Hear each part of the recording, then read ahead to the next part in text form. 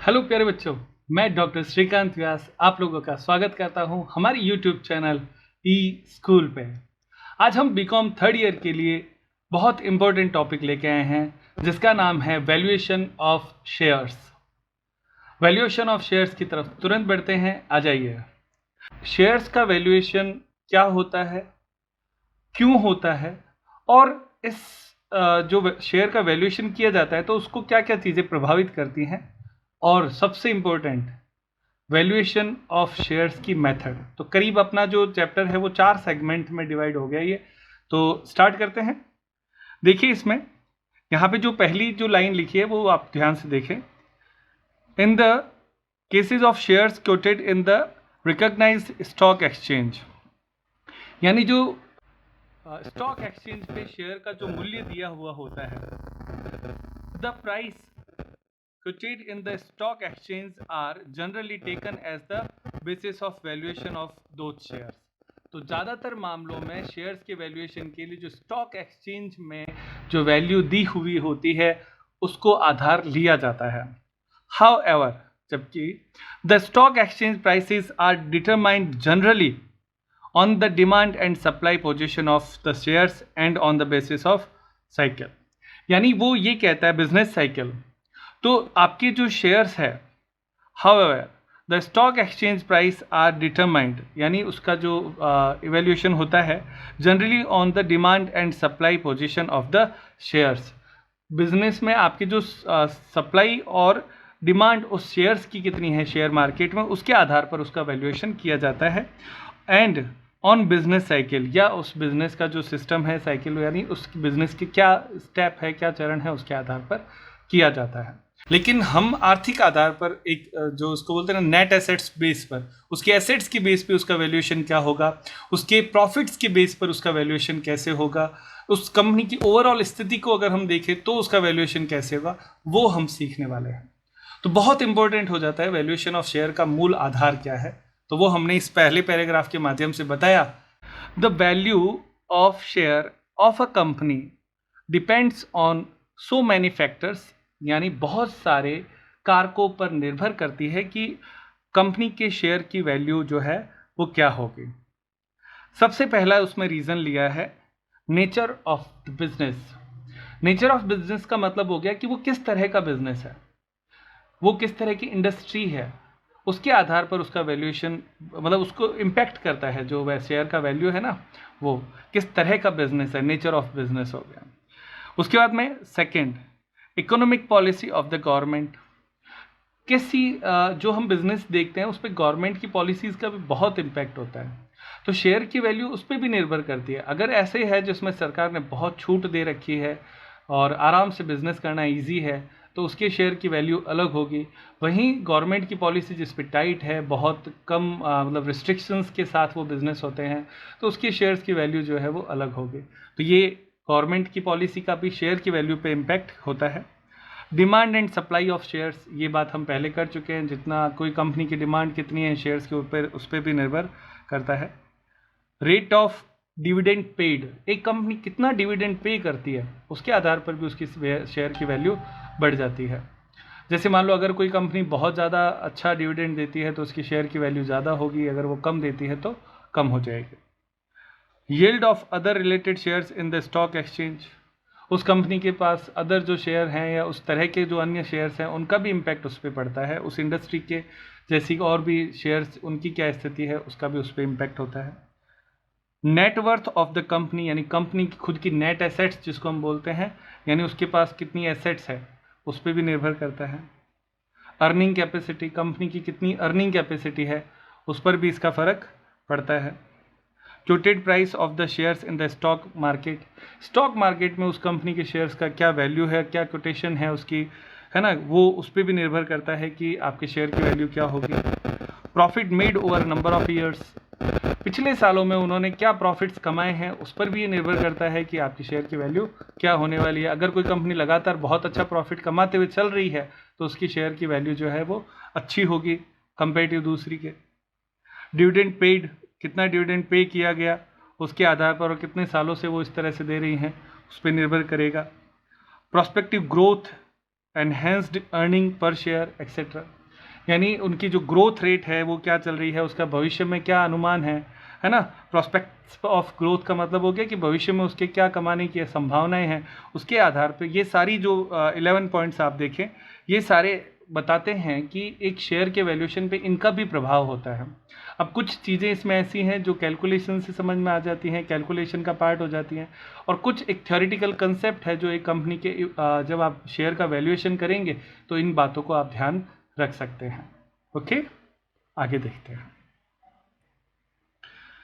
अब अगला पॉइंट हमारा है नीड, यानी आवश्यकता, and purpose of valuation of share. क्या आवश्यकता है और क्यों करना चाहिए शेयर का वैल्यूएशन, उसके बारे में। तो ये भी इंपॉर्टेंट हो गया कि भाई अब आप, जैसे हमारा जो पहला प्रश्न था कि हम शेयर का वैल्यूएशन क्यों करें, तो उस क्यों का आंसर इसमें आपके आ जाता है, क्या आवश्यकताएं होती हैं, क्या कारण होते हैं जिसके कारण से हमको इसका करना है। तो आप देखें, number 1, for assessment of wealth tax, estate duty और गिफ्ट टैक्स। वर्तमान में वेल्थ टैक्स नहीं है और इस तरह के जो टैक्स नहीं है, लेकिन पूर्व में होते रहे और आगे हो सकता है हो भी जाए। लेकिन वेल्थ कैलकुलेशन आप इंपॉर्टेंट रूप से समझे, किसी भी कंपनी की आर्थिक स्थिति क्या है उसके आधार पर, यानी assessment of wealth, estate duty और गिफ्ट टैक्स आदि के बारे में जानकारी के लिए अपने को शेयर की वैल्यू होना जरूरी है। शेयर की वैल्यू ही तो बिजनेस की वैल्यू बताएगी। एमालगमेशन एंड एब्जॉर्प्शंस। एमालगमेशन का मतलब होता है एक कंपनी द्वारा दूसरी कंपनी को खरीद लेना। एब्जॉर्प्शन भी इसी तरह की क्रियाएं हैं। एक एमालगमेशन हम एक चैप्टर पढ़ेंगे, उसमें ये सारी बातें आ जाएंगी। पर ये समझ लें कि एमालगमेशन एब्जॉर्प्शन जो होता है, कंपनी खरीदना, एक कंपनी को बंद करके दूसरी कंपनी शुरू कर देना, इस तरह की जो चीज़ें होती हैं उन सब में आपके शेयर का वैल्यू निकालना ज़रूरी होता है, इसलिए भी शेयर का वैल्यूएशन आवश्यक है। उसके बाद में है for converting one class of share to another. एक तरह के शेयर से दूसरे तरह के शेयर में बदलना यदि हो तो इस कन्वर्जन के लिए भी आपको पुराने शेयर की वैल्यू पता होनी चाहिए, तो आप नए शेयर में उसको कन्वर्ट कर पाएंगे। Advance loans on the security of shares. Advancing loans का मतलब हो गया कि अगर आप कोई लोन लेना चाहते हैं on the security of the shares की सिक्योरिटी के बेस पे, तो उसका वैल्यूएशन होगा, तभी तो वो उस वैल्यू के आधार पर आपको लोन देंगे। तो ये भी इसमें इंपॉर्टेंट है। Compensating the share holders, share holder को कंपनसेट करना on acquisition of shares by the government under A scheme of nationalisation. राष्ट्रीयकरण के कारण से यदि सरकार आपकी कंपनी को खरीद लेती है तो ऐसी स्थिति में जो शेयर होल्डर है उनको आपको पैसा देना होगा, तो एक शेयर का वैल्यू पता होगा, तभी तो हम उन शेयर होल्डर को पैसा दे पाएंगे कि उनके हिस्से में कितना आया है। तो यहाँ पे भी बहुत इंपॉर्टेंट पार्ट हो जाता है। Acquisition of interest of dissenting share holder under the reconstruction scheme, यानी acquisition of interest of the dissenting share holders का मतलब हो गया कि जब आप रिकंस्ट्रक्शन, कंपनी को दोबारा से रिकंस्ट्रक्ट कर रहे हैं, तो उस शेयर होल्डर को पुराने शेयर हट जाएंगे, नए शेयर आप दोगे, तो पुराने जो हटाए उसका वैल्यू क्या है और नए की कितने आप दे रहे हो। तो यहाँ पे भी आपको वैल्यूएशन, यानी आप ये समझें एमालगमेशन, एब्जॉर्प्शन और रिकंस्ट्रक्शन तीनों ही एक जैसी स्थितियां हैं। इसके बारे में हमारा पूरा एक चैप्टर होगा, तो उस समय हम पूरी बात उस पर करेंगे।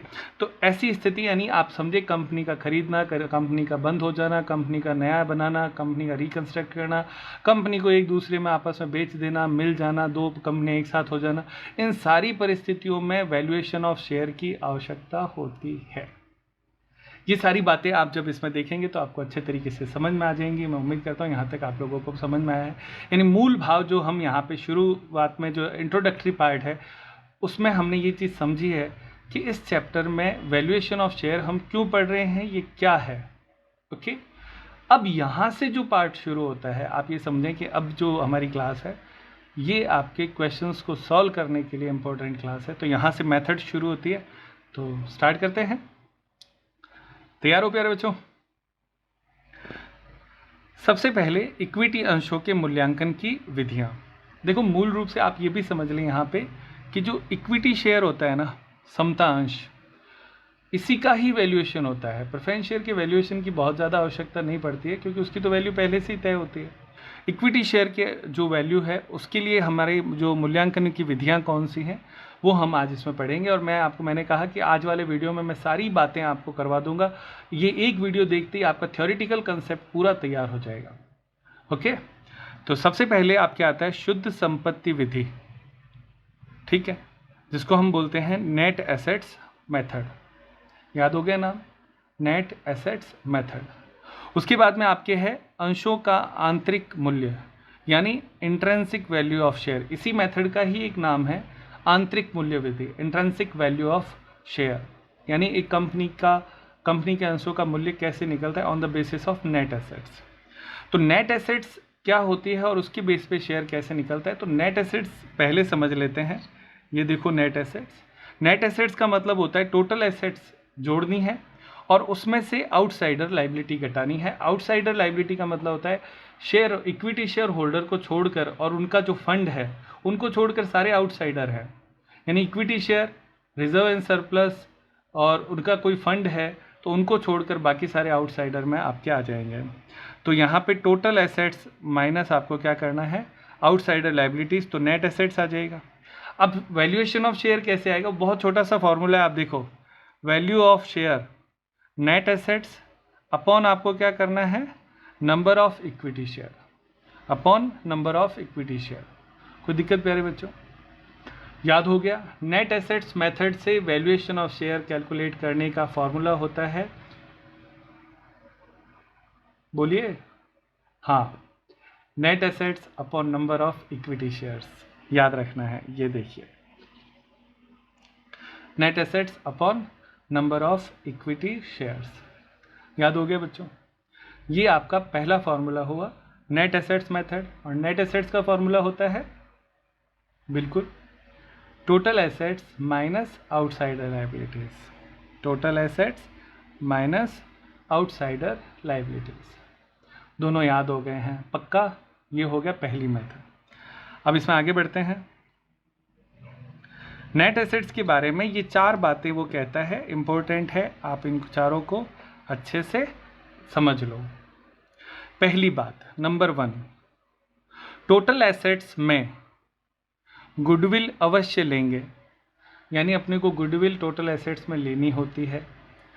यदि गुडविल की राशि न दी है और उसकी गणना करनी संभव हो तब गुडविल की गणना पूर्व जैसे करके उसमें शामिल करेंगे।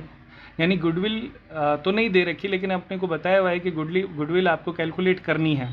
तो जैसे ही ये बात प्रश्न में लिखी हुई है तो आप ये समझ लें कि हम पिछले चैप्टर में चले गए वैल्यूएशन ऑफ गुडविल, यानी जब हम वैल्यूएशन ऑफ शेयर के क्वेश्चन करेंगे तो वैल्यूएशन ऑफ गुडविल भी इसमें आपका पार्ट रहेगा। तो पहले गुडविल की वैल्यू निकालनी है और उस गुडविल की वैल्यू को आप किस में जोड़ेंगे, टोटल एसेट्स में गुडविल को इंक्लूड करना है। ओके, ये पहला पॉइंट।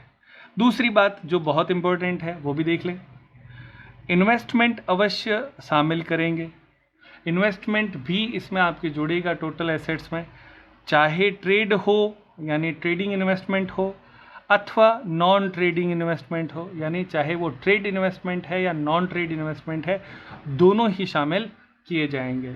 ओके, उसके बाद में अब आता है आपके फिक्स एसेट्स का बाजार मूल्य न दिया हुआ हो तो WDV रिटर्न डाउन वैल्यू लेंगे। यानी अगर फिक्स एसेट्स का मार्केट प्राइस नहीं दे रखा, यानी इसका मतलब वो कहना चाह रहे हैं कि अगर आपको मार्केट प्राइस दे रखी है या रियलाइजेबल वैल्यू जिसको हम बोलते हैं, दोनों दे रखी है तो वो ले लो, और अगर नहीं है तो रिटर्न डाउन वैल्यू अपने को लेनी है नेट एसेट्स की गणना के लिए। इंपॉर्टेंट रूल है। और चौथा पॉइंट, कृत्रिम संपत्तियां फिक्टिशियस एसेट्स नहीं लेंगे, याद रखना है। ये हो गए 4 पॉइंट, यानी नेट एसेट्स कैलकुलेट करते समय आपको गुडविल लेना है, इन्वेस्टमेंट लेना है और फिक्स्ड एसेट्स WDV या रियलाइजेबल वैल्यू पे लेनी है और फिक्टिशियस एसेट्स नहीं लेनी है। अब हो गया हमारा नेट एसेट्स का कंप्लीट रूल, याद हो गया होगा। नेट एसेट्स का फॉर्मूला होता है net assets upon number of equity share, एक बात। उसके बाद में हमारा नेट एसेट्स का फॉर्मूला होता है total assets minus outsider liabilities.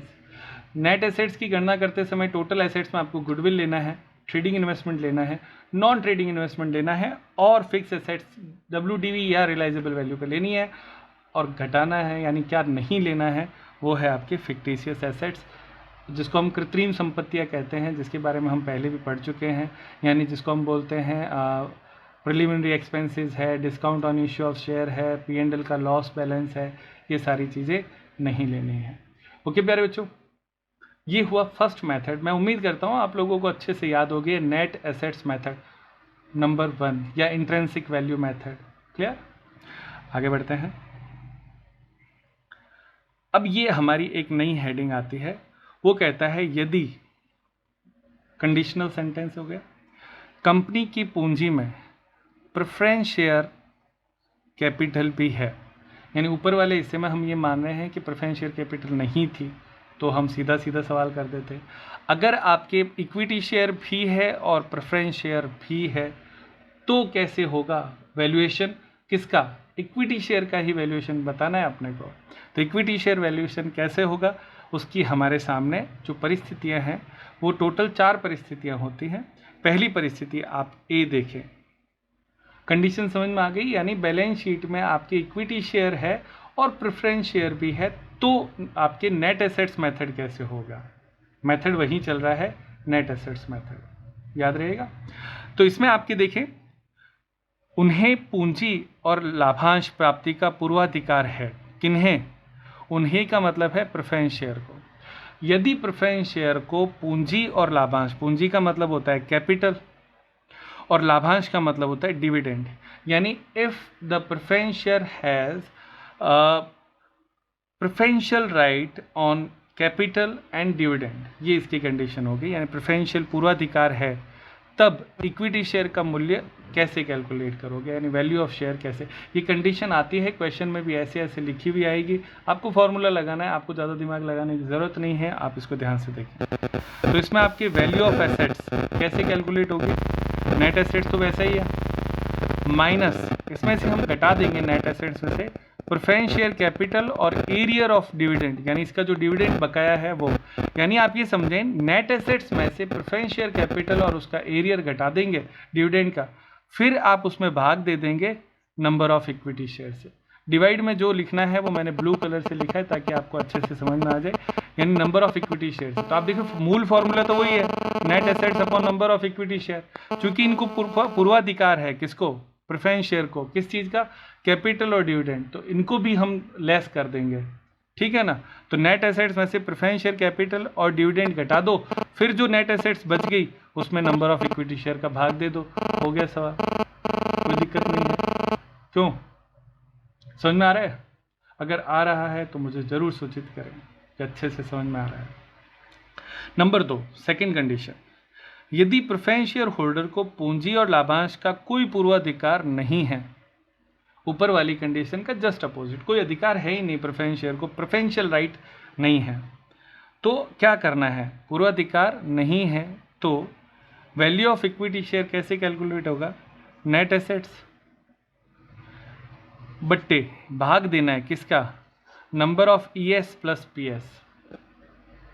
Equity share और प्रेफरेंस शेयर की संख्या जोड़ लो और फिर भाग दे दो, क्योंकि अब इस परिस्थिति में प्रेफरेंस शेयर और इक्विटी शेयर एक जैसे हो गए, तो नेट एसेट्स में आप सीधा भाग दे दो दोनों को जोड़कर, तो जो वैल्यू आएगी वो वैल्यू इक्विटी शेयर की आएगी, प्रेफरेंस शेयर की वैल्यू नहीं निकालनी है, इक्विटी शेयर की वैल्यू का ये फॉर्मूला है। दूसरा याद हो गया, यानी पहले में नेट एसेट्स में से प्रेफरेंस शेयर और डिविडेंड घटा के भाग देना था, दूसरे में नेट एसेट्स में भाग देना है इक्विटी शेयर और प्रेफरेंस शेयर को जोड़कर।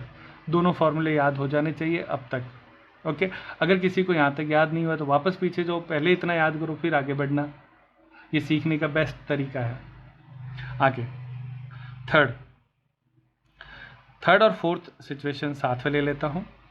सी, जब प्रेफरेंस शेयर होल्डर को केवल पूंजी वापसी का पूर्वाधिकार है, मतलब इस बार उसको केवल कैपिटल में राइट है, क्लियर। तो कैपिटल में राइट है तो नेट एसेट्स माइनस कैपिटल, बस अपॉन में वापस वही है नंबर ऑफ इक्विटी शेयर। आसान है, आराम से याद हो सकता है, आप देख लो। जिसका पूर्वाधिकार है वो घटाना है, और जब पूर्वाधिकार नहीं है तो कुछ नहीं घटाना है। इस बार कैपिटल का पूर्वाधिकार है, कैपिटल घटा दी तो net assets minus capital upon number of equity share, इतना सा करना है और कुछ नहीं करना। डी कंडीशन है, जब प्रेफरेंस शेयर होल्डर को केवल लाभांश में, डिविडेंड में पूर्वाधिकार है, preferential right in the dividend only. तो डिविडेंड ओनली है तो डिविडेंड घटा दो, बस हो गया। Net assets minus dividend upon number of ES and PS, दोनों का भाग दे देंगे, क्योंकि डिविडेंड घटाने के बाद में दोनों एक समान हो जाएंगे, इसलिए आराम से आप भाग दे सकते हो। यानी ये बहुत सिंपली 4 और हो गए। ये आपके फर्स्ट पैटर्न यहाँ पे कंप्लीट हो गया है। इसमें अन्य सूचनाएं और आपके हैं। 5वां पॉइंट, सूचना के अभाव में लाभांश और पूंजी दोनों का पूर्वाधिकार माना जाता है। यानी अगर प्रश्न में क्लियर नहीं है कि पूर्वाधिकार किसमें है और किसमें नहीं है, तो आप दोनों में प्रेफरेंशियल राइट मानेंगे, कैपिटल में भी और डिविडेंड में भी। अगला पॉइंट, यदि चिट्ठे में यानी बैलेंस शीट में 2 तरह के अंकित मूल्य की पूंजी हो, तब नेट एसेट्स की पूंजी के अनुपात में बांट देंगे। वो ये कहता है कि यदि बैलेंस शीट में आपके जो 2 तरह के अंकित मूल्य की पूंजी का मतलब जो शेयर है उसकी नॉमिनल प्राइस जो है वो अलग अलग शेयर हो, इसकी ये हम चूँकि ये थोड़ा सा कंडीशनल है, तो जब हम सवाल करेंगे तो ये ज़रूर आ जाएगा। तो अंकित मूल्य यदि अलग अलग हो तो नेट एसेट्स को उसके अनुपात में बांटो और फिर उसमें भाग दो। तो ये भी हम आगे देखेंगे, ये पॉइंट अपने जब सवाल करेंगे तो और बेहतर समझ में आ जाएगा। क्लियर? उस समय मैं इसके रेफरेंस को ले लूँगा। ये थी आपके first method, net assets method. कोई दिक्कत प्यारे बच्चे? यहाँ तक आप पूरा याद कर लें, जितने भी फॉर्मूले आप देखें यहाँ पे ज़्यादा फॉर्मूले नहीं आए हैं। एक ही मेथड नेट एसेट्स मेथड चल रही है और नेट एसेट्स का बेस तो वही है, net assets upon number of equity share होता है। अब इसमें जो कंडीशन आई वो कंडीशन आप उसमें याद कर लें। चलें आगे बढ़ते हैं। अगला जो आपका मेथड है वो है बी, प्रतिफल मूल्यांकन विधि या बाजार मूल्य विधि, yield valuation method. Clear? Yield का मतलब होता है आपका प्रॉफिट, गेन, लाभ, ये यील्ड शब्द में आते हैं, प्रतिफल, है ना। तो इसमें आपके पहली मेथड हम देखेंगे, बी का 1 हो गया, बी का A part, dividend yield method. Clear?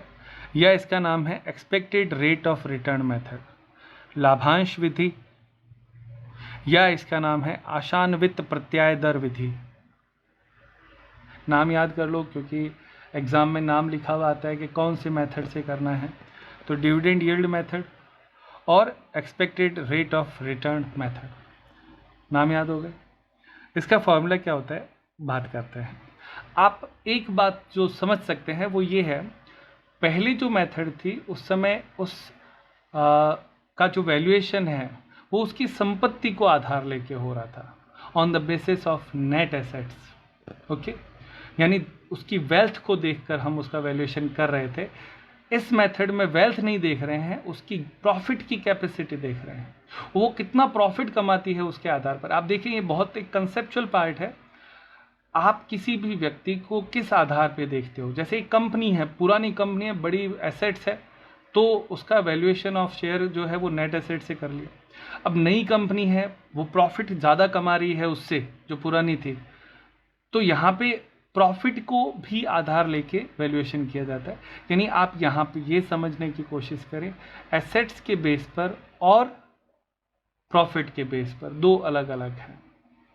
यानी जब आप इसको, मैं कई बार समझाते हुए कहता हूँ कि अगर हम किसी व्यक्ति के पुरानी एसेट्स को देखकर उसका इवैल्यूएशन करते हैं कि यार ये तो बहुत करोड़पति आदमी है पहले से, यानी we are talking about the assets, और ये कहते नहीं यार ये बहुत अच्छी नौकरी लगा है, 50 लाख का पैकेज है इसका, यानी आज हम उसके वेल्थ के बारे में उसके वैल्यूएशन से नहीं देख रहे, उसकी अर्निंग के बेस पे देख रहे हैं। बस ये ही आप समझे वैल्यूएशन ऑफ शेयर में है। नेट एसेट्स के आधार पर भी उसका वैल्यूएशन होता है, एक बात यानी संपत्ति, और दूसरा उसका वैल्यूएशन होता है कमाने की क्षमता, अर्निंग कैपेसिटी। तो ये जो है वो अर्निंग या यील्ड जिसको हम बोलते हैं, उसके आधार पर कंपनी का वैल्यूएशन किया जा रहा है। देखें इसमें आपके सबसे पहले जो मेथड है वो हमने कहा dividend yield method. Dividend yield का मतलब होता है कितना डिविडेंड दे रही है कंपनी, उसके आधार पर उसका वैल्यूएशन करना। जो ज़्यादा अच्छा डिविडेंड देती है उसका वैल्यूएशन ऑफ शेयर ज़्यादा अच्छा आएगा, और जो कम देती है उसका कम आएगा। बहुत सिंपल सा फैक्ट है, आप लोग आराम से समझ सकते हैं। तो पहला point, profit available for equity share. आपको पहले ये कैलकुलेट करना है, profit available for equity share, यानी इक्विटी शेयर के लिए उपलब्ध लाभ कितने हैं। तो इस बात को आप पहले तो ये समझो ना कि इक्विटी शेयर को वो लाभ मिलता है, सब कुछ दे दिया है, सारे खर्चे निकाल दिए, रिजर्व में ट्रांसफ़र कर दिया, प्रेफरेंस शेयर को दे दिया, प्रेफरेंस शेयर का डिविडेंड जो भी था वो सारा दे दिया, अब जो बचा वो प्रॉफिट अवेलेबल हो गया। क्लियर? तो profit available for equity share पहले कैलकुलेट करना है। कैसे आएगा? प्रॉफिट माइनस एक्सपेंसेस यदि ना घटे हुए हों, यानी अगर खर्चे ना घटे हो तो खर्चे घटाओ, माइनस टैक्स चुकाओ, ट्रांसफ़र अमाउंट इन रिजर्व, यानी रिजर्व में जो आपने ट्रांसफ़र करी वो घटाओ, माइनस प्रेफरेंस शेयर डिविडेंड घटाओ, और अगर कोई एरिया डिविडेंड है वो भी घटा दो। तो अब जो बचा वो आया आपके profit available for equity share. Obvious सी बात है, सारे दे दिए तो अब बचा किसका? जो बचा वो पैसा ही तो इक्विटी शेयर को मिलता है। एक कैलकुलेशन ये हो गई। आगे एक्सपेक्टेड रेट ऑफ रिटर्न, ये और कैलकुलेट करना है अपने को सेकंड में। तो ये शुरू कहाँ से हुआ? Profit available for equity share holder, ये क्या है? ऊपर जो कैलकुलेट किया वो ही यहाँ पे आएगा। इसमें आपको डिवाइड करना है paid up equity share capital. Paid up equity share capital का मतलब होता है कि जैसे 100 रुपये का शेयर है और 100 रुपये पूरे मांग लिए गए हैं और प्राप्त हो गए हैं, तो वो पेड अप कैपिटल हो जाती है। तो ये पेड अप कैपिटल इनटू आपको क्या करना है? 100 करना है। तो ये करने से एक्सपेक्टेड रेट ऑफ रिटर्न आ जाएगी, जो मेथड का नाम है expected rate of return method. तो ये वो पहले ये कैलकुलेट करेंगे, इसमें आप पेड अप कैपिटल का भाग देंगे, इनटू 100 करेंगे तो एक्सपेक्टेड रेट ऑफ रिटर्न आ जाएगी। ठीक है ना? तो एक स्टेप 1, स्टेप 2, स्टेप 3 में हम वैल्यूएशन ऑफ शेयर पे आ रहे हैं। ये देखिए यहाँ पे third step, value of equity share, यानी ऊपर जो मेथड आपके है डिविडेंड यील्ड मेथड या expected rate of return method, उससे यदि आपको वैल्यू कैलकुलेट करनी है तो एक्सपेक्टेड रेट ऑफ रिटर्न, जिसको हम बोलते हैं ERR upon NRR into paid up value of share. ERR NRR paid up, expected rate of return बट्टे में आपको लिखना है NRR, प्रश्न में दिया हुआ होगा नॉर्मल रेट ऑफ रिटर्न। ठीक है, into paid up value of share. Paid up value का मतलब होता है जैसे 100 रुपये का शेयर है और उसमें से 70 प्राप्त हो चुके हैं तो पेड अप 70 हो गया। और ऐसा भी हो सकता है कि 100 हो और 100 में से 100 पूरे लिए हो, तो 100 में से 100 पूरे हों तो पेड अप 100 हो जाएगा। यानी पेड अप का मतलब आपको पता है, ज़्यादा मुझे पता है, आपको क्लियर करने की ज़रूरत नहीं है। पेड अप शेयर कैपिटल क्या होती है, यू नो बेटर। तो ये फॉर्मूला आपका हो गया। ये 3 स्टेप में आप जब करेंगे तो आप वैल्यू ऑफ शेयर पर आ जाएंगे। समझ में आया? वैल्यू ऑफ शेयर के लिए सबसे पहले हमने निकाला profit available for equity share. Profit available of equity share जो था उसमें paid up equity share capital का भाग देंगे, इंटू 100 करेंगे तो आ जाएगा ERR। ERR में आपको भाग देना है NRR का और इंटू करना है paid up value of share, यानी एक शेयर का पेड अप वैल्यू लेना है। याद रखना है paid up value of a share. Clear? एक शेयर का मूल्य लेना है। और इसका एक अल्टरनेटिव और है, ये याद हो गया होगा, 2 बार देख लेना, पक्का याद हो जाएगा, विश्वास मानो। और आपको याद करते हुए ही चलना है। इस वीडियो को याद करते हुए चलोगे तो पूरा चैप्टर जब कंप्लीट बाहर निकलो देखकर मोबाइल के बाहर, तो आपको अच्छे से याद होना चाहिए। क्लियर? और नोट करते हुए चलोगे तो मज़ा ही आ जाएगा। आगे देखते हैं। अल्टरनेटिव मेथड में हम आ जाते हैं। इसी जो ऊपर जो थी उसी का शॉर्ट तरीका बताया, ज़्यादा कुछ नहीं है, आप घबराना मत। प्रॉफिट फॉर इक्विटी शेयर यही था, अपॉन NRR, ठीक है, इंटू 100। तो ये कैपिटलाइज्ड वैल्यू आ जाएगी। इस कैपिटलाइज्ड वैल्यू में नंबर ऑफ इक्विटी शेयर का भाग दे दो तो वैल्यू ऑफ शेयर आ जाएगा। ज़्यादा मुश्किल नहीं है, यानी कैपिटलाइज्ड वैल्यू निकालेंगे, प्रॉफिट बटे NRR इंटू 100, ये कैपिटलाइज्ड वैल्यू। फिर कैपिटलाइज्ड वैल्यू में नंबर ऑफ इक्विटी शेयर का भाग दे देंगे। तो ये एक अल्टरनेटिव तरीका है, ऊपर वाला ही का ही सेम है, क्योंकि दोनों में बेस तो वही है, profit available for equity share holder. ESH का मतलब होता है इक्विटी शेयर होल्डर। क्लियर? तो प्रॉफिट जो ऊपर निकाला था वही काम आता है। नोट नंबर 1, यदि कई वर्षों के लाभ प्रश्न में दिए हुए हों तो एवरेज प्रॉफिट को बेस लेना है। एवरेज प्रॉफिट को बेस लेकर आप इसको सॉल्व करेंगे, तथा वेटेड एवरेज बेस नहीं लेंगे, चाहे लाभ बढ़ते हुए क्रम में हो, यानी इसमें आपको वेटेड एवरेज नहीं लेना है। यदि व्यवसाय में सट्टे की प्रवृत्ति है तब प्रत्येक वर्ष के लिए अंश का मूल्य अलग अलग ज्ञात किया जाएगा। यानी स्पेक्युलेटिव प्रॉफिट यदि आता है उसमें, तो हर साल के लिए अलग अलग वैल्यू उसकी कैलकुलेट की जाएगी। तो ये बहुत सिंपल बेस कंसेप्ट है ये बातें, और चूँकि ये कई चीज़ें सवाल आएंगे तो उस समय हम ज़्यादा बेहतर समझ पाएंगे। तो ये आपकी हो गई सेकंड मेथड, यील्ड मेथड में पहली मेथड, जिसका नाम है डिविडेंड यील्ड मेथड या ERR मेथड। क्लियर? आगे बढ़ते हैं। बी पॉइंट आपके इसमें आता है, ये आपके है बी पॉइंट सेकंड मेथड, उपार्जन क्षमता विधि, अर्निंग कैपेसिटी मेथड, या इसका नाम है actual rate of earning method. वो ERR थी, ये ARE है, actual rate of earning, ARE method, या इसको बोलते हैं अर्निंग कैपेसिटी मेथड। इसमें वैल्यू ऑफ शेयर कैसे कैलकुलेट होगा? Value of equity share ARE बट्टे NRR into paid up value of share. आप देखें ये फॉर्मूला सेम है, ऊपर बस यहाँ पे लिखा हुआ था ERR। अब चूंकि ये मेथड बदल गई तो यहाँ पे होगा ARE, यानी एक्चुअल रेट ऑफ अर्निंग। तो आप इसको ARE की जगह पे अर्निंग याद रख सकते हैं। क्या याद रख सकते हैं? Earning method. क्लियर? तो अर्निंग बट्टे NRR into paid up value of a share, इतना सा है। अब अर्निंग का कैसे कैलकुलेट होगी? तो वो आएगा प्रॉफिट अर्नड बट्टे net capital employed into paid up value पर शेयर। आसान है। फॉर्मूला क्या है? ये ARE कैलकुलेट करने का फॉर्मूला आप अप्लाई करेंगे तो हो जाएगा। मतलब इसको याद ही करना है, मैं आपको कराऊंगा इसके सवाल तो अच्छे से समझ में आ जाएगा। तो ARE यानी एक्चुअल रेट ऑफ अर्निंग कैसे होगा?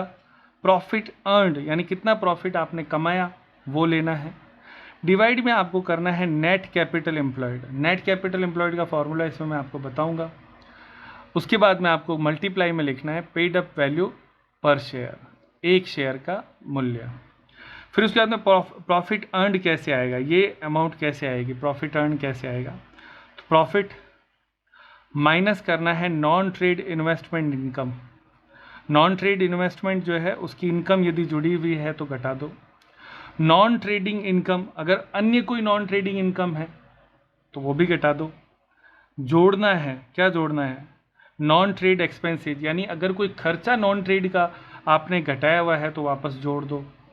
लेस टैक्स, टैक्स घटाना है, और इंटरेस्ट वापस जोड़ देना है। अगर आपने इंटरेस्ट कोई पे किया है डिबेंचर पे या लोन पे तो वो वापस जोड़ देना है। ये फॉर्मूला बहुत इंपॉर्टेंट है, आप लोग इसको नोट करें और याद रख लें कि प्रॉफिट अर्नड कैसे कैलकुलेट होता है। Profit earned as a concept से इतना है कि हमने टोटल प्रॉफिट कमाया कितना। ऊपर जो प्रॉफिट था ना प्यारे बच्चों, वो था कि इक्विटी शेयर के लिए कितना प्रॉफिट बचा, जबकि ये जो प्रॉफिट है वो ये कहते हैं कुल आपने प्रॉफिट कमाया कितना है, ये वो है। तो इसकी गणित यहाँ पे आपको बता दी है कैसे आएगी। आगे बढ़ते हैं। नोट, प्रॉफिट रिजर्व और प्रेफरेंस शेयर डिविडेंड से पूर्व लेंगे, यानी रिजर्व नहीं घटा हुआ होना चाहिए, प्रेफरेंस शेयर डिविडेंड भी नहीं घटा हुआ होना चाहिए। अगर घटे हुए हैं तो वापस जोड़ दो, ये ध्यान रखना है। तो पूर्व लेने हैं यानी बिफोर। नेट कैपिटल एम्प्लॉयड का फॉर्मूला क्या होगा? जो ऊपर आया था ना कि नेट कैपिटल एम्प्लॉयड निकालो, ये देखो ये। तो नेट कैपिटल एम्प्लॉयड होगा total assets minus current liabilities. Outsider नहीं है, सिर्फ करंट लाइबिलिटीज यहाँ पे घटानी है। तो ये आपके आ जाएगा नेट कैपिटल एम्प्लॉयड। सारी चीज़ें आ गई, देखो प्रॉफिट अर्नड ये रहा, नेट कैपिटल एम्प्लॉयड ये रही। क्लियर? पेड अप वैल्यू पर शेयर बैलेंस शीट में दे रखी होती है। 100 रुपये का शेयर है तो 10 रुपये का शेयर है तो उसमें पेड अप कितना है वो बता देंगे। तो ये आपके हो गया। अब ये जब सारा हो गया तो ये फॉर्मूला आप यहाँ से ये जो ऊपर है ना वैल्यू ऑफ शेयर का, ये फॉर्मूला आपको लास्ट में लगाना है। यानी इसमें हमने फॉर्मूला ऊपर लिख दिया और कैलकुलेशन नीचे लिख दी, जबकि ऊपर वाला जो था उसमें हमने पहले बताया था ऐसे होगा और लास्ट में फॉर्मूले में आए थे। तो कोई फ़र्क नहीं पड़ता, दोनों एक जैसे ही हैं, दोनों ही तरीके से आप इसको अच्छे से समझ जाएंगे। अब आता है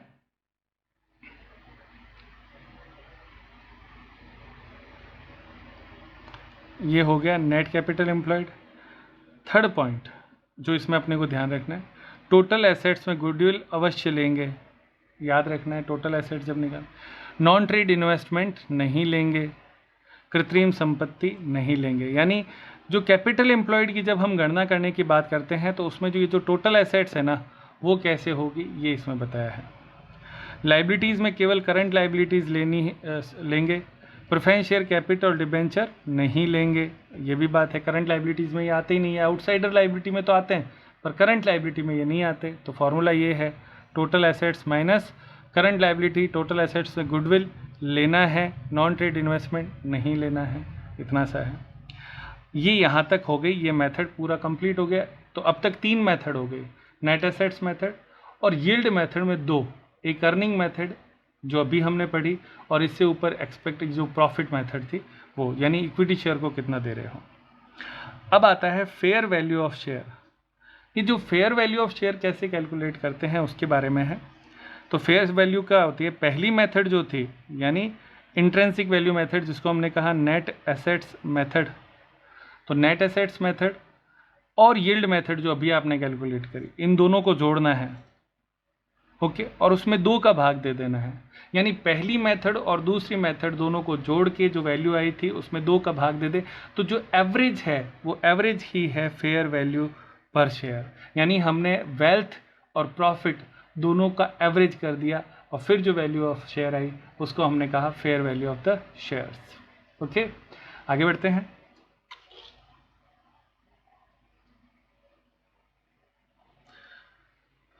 सूचना के अभाव में ईआरआर मेथड काम में लेनी है, अर्निंग मेथड जो है वो काम में लेनी है, अर्निंग नहीं, expected rate of return method, ये जो है ना,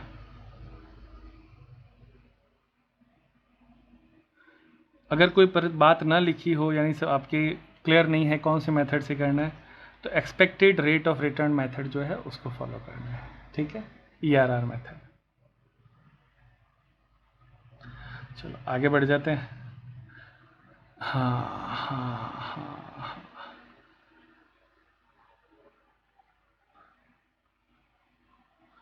सूचना के अभाव में ये मेथड काम में लेनी है ईआरआर। अब आता है वैल्यू ऑफ राइट शेयर। ये एक छोटा सा प्रश्न सवाल में पूछा जाता है कि राइट शेयर अधिकार अंश का क्या मूल्य होगा, तो ये उसका फॉर्मूला है, सीधा सीधा आपको याद करना है, अप्लाई करना है। आप सिर्फ एक बार नोट कर लें, याद कर लें, ताकि हम जब करेंगे तो उसको फॉलोअप करेंगे। नंबर ऑफ इक्विटी शेयर लेने हैं, right share, number of right share into market price और इनिशियल प्राइस जो उसकी होती है वो, इसमें भाग देना है number of existing share plus number of right share. ये फॉर्मूला लगा देंगे तो आपके वैल्यू ऑफ राइट शेयर आ जाएगा। क्लियर, एक बार वापस देख लें, वैल्यू ऑफ राइट शेयर कैसे कैलकुलेट होता है, number of right share into market price और इनिशियल प्राइस, मतलब जो उसका मेन प्राइस जो दे रखी है जो जिसको हम बोलते हैं, और मार्केट प्राइस भी दी होगी, ऐसी स्थिति में दोनों अलग अलग होगी तभी डिफरेंस आएगा, है ना। तो इनिशियल जो अब कहते हैं ना मूल प्राइस, जो अंकित मूल्य जिसको हम बोलते हैं, ये हो गया और ये हो गया मार्केट प्राइस, दोनों का डिफरेंस निकाल के उसको राइट शेयर से गुणा करनी है और नंबर ऑफ एग्जिस्टिंग शेयर और राइट शेयर दोनों जोड़कर भाग देना है। राइट शेयर होते क्या हैं ये आप जानते हैं, अधिकार अंश, यानी जब पुराने शेयर होल्डर को नए शेयर और दिए जाने का, प्राप्त करने का अधिकार होता है तो वो राइट शेयर कहलाते हैं। अब अगला पॉइंट है, ये जो 3 पॉइंट्स हैं वो हैं point to be considered for the provision for tax. इसमें एक कहानी प्रोविजन फॉर टैक्स बहुत उलझाती है, इसलिए प्रोविजन फॉर टैक्स के बारे में क्या रूल्स हैं वो इसमें दिए गए हैं। सबसे पहले provision for tax is made on last year profit, जो लास्ट ईयर प्रॉफिट होता है उस पर प्रोविजन फॉर टैक्स बनाया जाता है, जिसको हम करंट ईयर प्रॉफिट कहते हैं। Second point, if investment are included, अगर इन्वेस्टमेंट जुड़े हुए हैं इन टोटल एसेट्स, ठीक है, then investment income will be subtracted from the last year profit, यानी अगर ऐसी कोई प्रॉफिट में जुड़ी हुई है तो आप ऐसी इनकम को घटा दें। वाइल मेकिंग प्रोविज़न, प्रोविज़न बनाते समय आपको इन्वेस्टमेंट की जो इनकम है जो प्रॉफिट में जुड़ी हुई है उसको घटाने के बाद आपको प्रोविज़न निकालना है। और third situation, if investments are included in total assets, अगर टोटल एसेट्स से जुड़े हुए हैं, ओके, ये सॉरी, पहले वाले में बच्चों दोबारा से इसको एक बार देख लें मेरे साथ। Point to be considered for provision for tax. Provision for tax बनाते समय आपको क्या क्या बातें ध्यान रखनी है, ये भी एक इंपॉर्टेंट पॉइंट इसका होता है। Provision for tax is made on last year profit. Last year profit यानी जिसको हम करंट ईयर प्रॉफिट कहते हैं, उस पर बनाया जाता है, एक बात। दूसरा, if investments are not included in total assets, यानी इन्वेस्टमेंट जो है वो आपके टोटल एसेट्स में नहीं जुड़े हुए हों, then investment income will be subtracted from last year profit while making this provision. Last year profit में से आपको इन्वेस्टमेंट की इनकम घटाने के बाद आपको क्या करना है, प्रोविज़न बनाना है। यानी आप इसको ऐसा समझे कि अगर आप ये कहता है कि आपके ये जो एसेट्स है, टोटल एसेट्स, उसमें वो कहता है नॉट इंक्लूडेड क्या, इन्वेस्टमेंट, अगर नहीं जुड़े हुए हैं, तो आपको क्या करना है कि जो इनकम निकालते हैं ना, इन्वेस्टमेंट इनकम, उसको क्या करना है, घटाना है। किसमें से, लास्ट ईयर प्रॉफिट में से घटा दें, और उसके बाद में जो बचता है उस पर आपको क्या करना है, प्रोविज़न बनाना है। ये इतनी सी बात है। थर्ड पॉइंट जो है वो है, if investment are included in the total assets, अगर इन्वेस्टमेंट जुड़े हुए हैं, then investment income will not be subtracted, तब आपको वो उसको नहीं घटानी है from the last year profit while making the provision. बहुत सिंपल सी बात है कि अगर वो कहता है कि टोटल एसेट्स में इन्वेस्टमेंट जुड़ा हुआ है, तो फिर उसकी इनकम को घटाने की आवश्यकता नहीं है। और ऊपर लिखा था कि अगर इन्वेस्टमेंट नहीं जुड़ा हुआ है तो आपको उसकी इनकम को भी नहीं जोड़ना है, यानी घटा देना है। बस इतनी सी बात है। ये तीन बातें प्रोविज़न फॉर टैक्स के मामले में अपने को याद रखनी है। प्रश्न में आएगा कि प्रोविज़न फॉर टैक्स क्या है। आगे अब बस हम आखिरी पड़ाव में हैं। आप देखें, अभी तक अपनी बहुत लंबी क्लास नहीं हुई है। यदि शेयर पार्टली पेड अप हैं, पार्टली पेड अप शेयर एक कहानी और इस पूरे चैप्टर में आती है कि शेयर में कभी ऐसे लिखा हुआ होगा कि 100 रुपये का शेयर है और पार्टली पेड अप का मतलब 80 रुपये उसमें पेड अप हैं। 20 रुपये अभी तक मांगे नहीं तो उन्होंने पे नहीं किए, तो पार्टली पेड अप हो गए।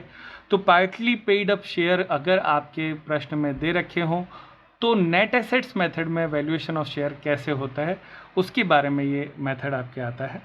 तो वो कहता है कि नेट एसेट्स मेथड में अगर पार्टली पेड अप की कहानी आए, इसकी मैं प्रैक्टिस आपको जब क्वेश्चंस कराऊंगा, प्रैक्टिस क्वेश्चन, तब ये बात आपको लूँगा मैं, तो आप बहुत अच्छे से समझ जाएंगे उस समय। फिलहाल आप थोड़ा सा कोशिश कर ले खाली। नेट एसेट्स मेथड, उसमें आपको क्या करना है, जब पार्टली पेड अप शेयर हो तो वो कहता है notional call method. Notional call method का मतलब क्या होता है? कॉल मतलब आप ये माने कि जो पैसे, जैसे 100 रुपये का शेयर है, उसमें से 80 रुपये प्राप्त हो गए, तो बाकी कितने बच गए? 20 रुपये। तो ये जो 20 रुपये जो बचे हुए हैं ना, जो अभी तक हमने नहीं मांगे हैं, वो नोशनल कॉल्स कहलाती हैं। पहली बात तो आप ये समझ लें। इस नोशनल कॉल्स को, जिसको हम बोलते हैं नेट एसेट्स में अनपेड कॉल्स को, जिसको हम नोशनल कॉल कह रहे हैं, को ऐड करके टोटल एसेट्स बैकिंग निकाल लेंगे। यानी जो 80 रुपये तो हम लिख ही रहे हैं, जो तो हमें प्राप्त हो चुके हैं, 20 रुपये जो हमने नहीं मांगे हैं, जो नहीं प्राप्त हुए हैं, उसे हम नोशनल कॉल मानते हैं और उनको अनपेड कॉल कह के आप उसको उसमें जोड़ दो, यानी 100 में 20 जोड़ दो, ये कहना चाहता है। उसके बाद में उसका नाम हो जाएगा टोटल एसेट्स बैकिंग। क्लियर?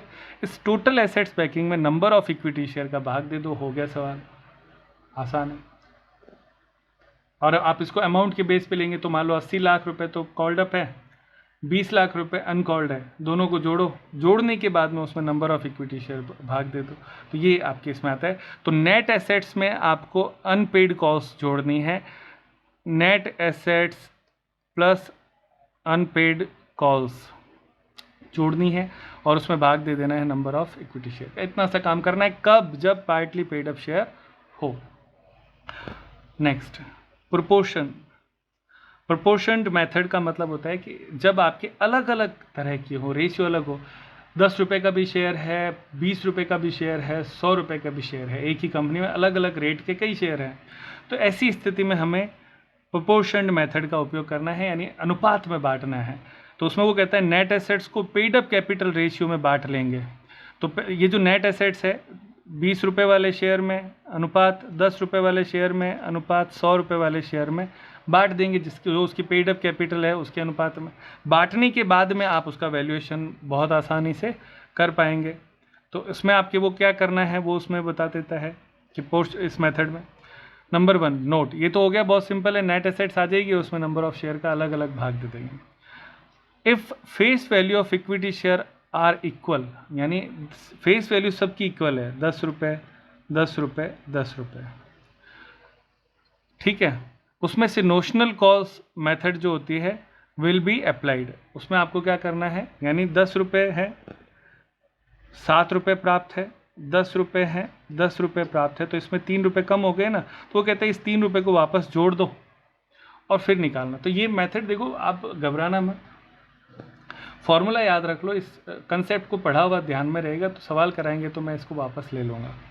तो वो कहता है if face value of equity share are equal, अगर फेस वैल्यू इक्वल है, उसमें आपको क्या करना है, minus notional calls method will be apply, minus नहीं है प्यारे बच्चों, ये डैश हो जाएगा, नोशनल कॉल जो वाला जो मेथड है, पहला मेथड जो है वो अप्लाई होगा, ये माइनस नहीं है डैश है।